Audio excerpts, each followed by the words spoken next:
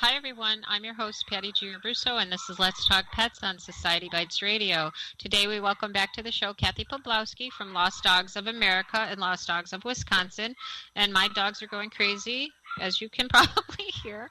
So today, we're going to talk about what we can do when we've lost a pet, and there are many things to do, and we want to stress the point of not putting all your eggs in one basket and looking at some other options that you may not have ever thought about. So we welcome Kathy back to the show today. Hi, Kathy. How you doing?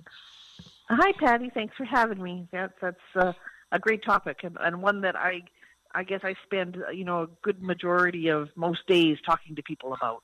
Yeah, because one of the things that we do in Wisconsin is we try to reach out to each of the owners that has filed a report with us. And, so often we find that they have, they kind of get tunnel vision right off the bat. Their dog goes missing and they just can't believe that their dog would have possibly done this or that or whatever it may be. And they focus on one aspect, and they don't look at the big picture. And so that's where we kind of try to step in and be like logical and reasonable and try to point out that, maybe that isn't what happened. So, yeah. And I'm sure that you see that too. I mean, we've gotten to the point where we don't even put the word stolen on the flyer anymore because so often people assume that that's what's happened, and it really wasn't what happened at all. Something completely different happened. Right. And that is one thing I learned from you. You had talked about that once before, and that's how I feel too. If somebody has a post pending that says stolen on it, we won't even allow it because it causes drama. It takes away from the task at hand, which is finding that lost pet, because then everybody just focuses on that word. And I think in the years that I've done this, we maybe have had 2 that were actually stolen, Right. But in the one case, the police department actually got a hold of me and let me know that was the case. And then the other one, it came about, I think I told you the story where the woman got the police involved and the guy had given the dog to his son for his birthday. Oh, gosh. Yeah. So stolen is very, very unlikely. Of course we know that it does happen, and we're not dismissing that at all. But to put it as a focus point, that is not a good thing to do. Yeah. And then, that being said, I mean, it's very common for a dog to get picked up by a Good Samaritan, and then that Good Samaritan does totally the wrong thing with the dog, but that is not the same as stolen. And that's, we sometimes have to get that argument with people who want to say, oh, well, that's stolen property. And, it sort of is, but the dog, the person did not enter the home or the yard and take the dog as a crime of intent. That's the point that we try to make. And a lot of times, even if that does happen, it's usually somebody that the person knew. There's some sort of grudge or something. The ex-boyfriend or the angry something, somebody in the family or some friend or neighbor, or the neighbor doesn't like the dogs barking or whatever. So that's one of the first things that we try to steer people away from. One of the other things that I wanted to mention that I've learned over the years is that when we have like a terrier type dog that goes missing and it kind of fits all of the our profile of he was off having a good time and just simply disappeared, and there's no sightings, that we now always try to get people to think, look down. Where could that dog have fallen? Where could that dog have gotten stuck? Because we have had a lot of, especially like Jack Russell Terriers or Dachshunds or whatever, that are really good at, chasing chipmunks and, that's sort of like they're really good little hunters, that they often will fall somewhere or get stuck somewhere. And so we try to remind people of that really early on, that they need to be, because, those dogs can perish if they're really stuck somewhere, and you need to find them quickly. But that's something now with little terrier type dogs. That's one of the first things I say to people is, where could that dog have fallen into or gotten stuck? And we've had them under floorboards in barns and heads stuck in drain pipes and all kinds of things. Yeah, that's good, because what we always say is because we have so much water here, check the ponds, check the canals, because so many of our lost pets sadly drowned. If they've fallen into a canal. We had a little dachshund last week or the week before that was got killed by an alligator at a pond. So that happens more than we probably would like to know. But so that was our first go-to with the small dogs, especially the senior dogs. But fallen and stuck is something I'm going to add to that, because I didn't think about that. And I do remember you said that once before, but that's good. I'm going to definitely add that, because we've got a few of them lost right now, and there hasn't been nothing. There's no sightings or anything. So that's good to think about. Yep. And then again, like little dogs, or really any dogs. So I had a pug case this week. Went missing from fireworks on Saturday, and was able to get a hold of the owners really quickly to let them understand that dogs lost from fireworks generally do not go very far. They usually bolt and then they hide, and if you don't chase them and you don't call them and you don't put any pressure on them, they'll usually just hide until it all gets quiet, and then they might come straight back home. And that's what this little dog did. But of course she was really concerned because it was a pug, and it was hot, and she was afraid it was going to be overheated. And I get that, you don't, but the worst thing that you can do for a dog that you're afraid is going to be overheated is to chase them. Right. So when I was able to talk with her and make her realize that, there's a concern because it's a pug and it's 90 degrees out, that even at 90 degrees, if you leave that little dog alone, he can she can probably find a big evergreen tree or get under somebody's porch or, someplace relatively cool and wait until things get quiet and it gets a little bit cooler. And sure enough, like 2 days later, we had a nice rainstorm and it cooled off and the little dog came home. So,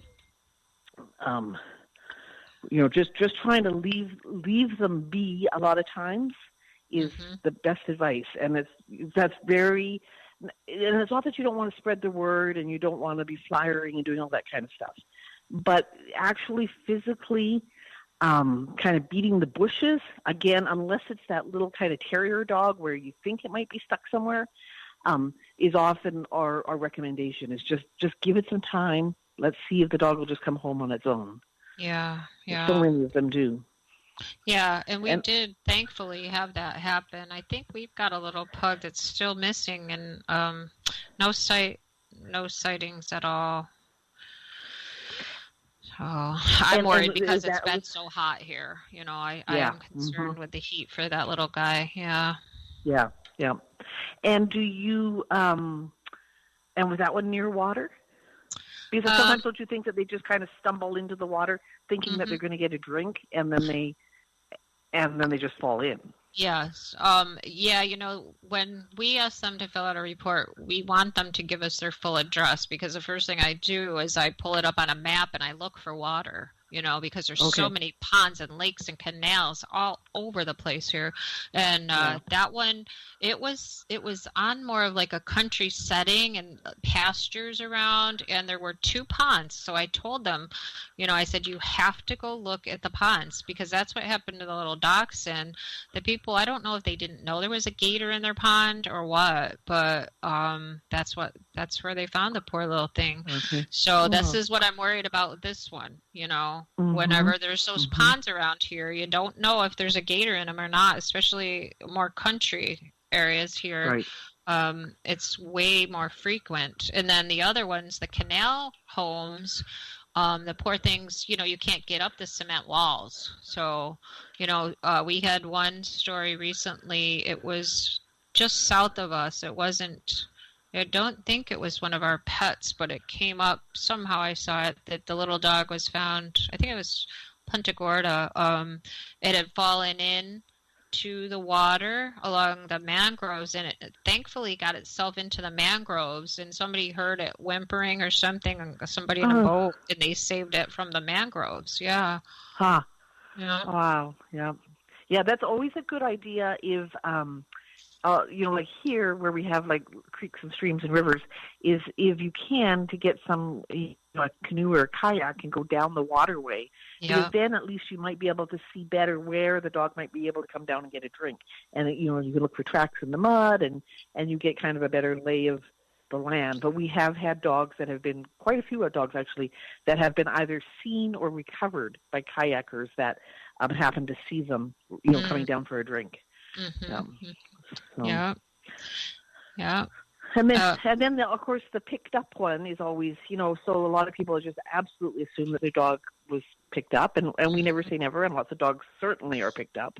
Yeah.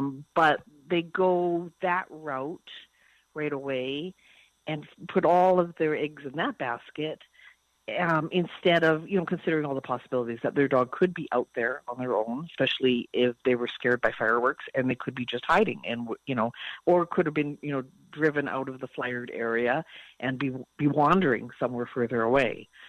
I'm helping a lady right now with a case of a border collie, and this border collie was in a new home and had jumped through the window, gotten frightened and jumped through the screen door, I think it was, and has now been lost for a couple of months. But we're getting sightings. But like with that case, I mean, this and she understands that she's really really catching on to everything, but there's no point in her looking at shelter websites. I mean, some people want to spend all their day at home on their computer looking at shelter websites, because there's no way that dog is probably going to end up in a shelter. And again, I never say never, but it's very, very unlikely. That dog is really, really scared. And we are getting some sightings around farms and, typical border collie kind of pattern of behavior. And, so she realizes that she needs to spend her time out flyering, talking to farmers, putting out signs, and that's what's bringing us the sightings that we're now able to plot on the map and hopefully, get a handle on this dog's, pattern of behavior, and then figure out a way to capture her. Yeah. Yeah, I know it's odd how, the different, I love hearing your stories and your tips, because all these different types of breeds have such different behaviors, and whether they're timid or outgoing or whatever, they all tend to, have a certain type of, what do I want to say? Whatever they're going to do is going to depend on that behavior. And that's what people do need to understand, that it's not just, my dog's going to come when I call it, and it's not that simple. Right. Exactly. I think some of my most challenging cases have been border collies, Australian shepherds, Springer spaniels, Brittany spaniels, that tend to go shy very quickly. Very, very smart dogs, very resourceful, can survive, indefinitely on their own, and, tend to gravitate towards farms and farmland and roam large areas. Yeah, we've got several of them missing, and it's like they just they disappear, They know how to keep themselves out of sight somehow. I don't know. But it's just odd to me how, they just disappear. Yeah. But what you're saying about the flyering and stuff for dogs like that, the ones that are out in the country, that you just have to keep doing it. Just keep doing it, Get those, get a sighting coming. Yep. And intersection signs are great. We use them a lot. And I always try to tell people, I mean, and I think they think that that's really overwhelming to make a ton of intersection signs. They don't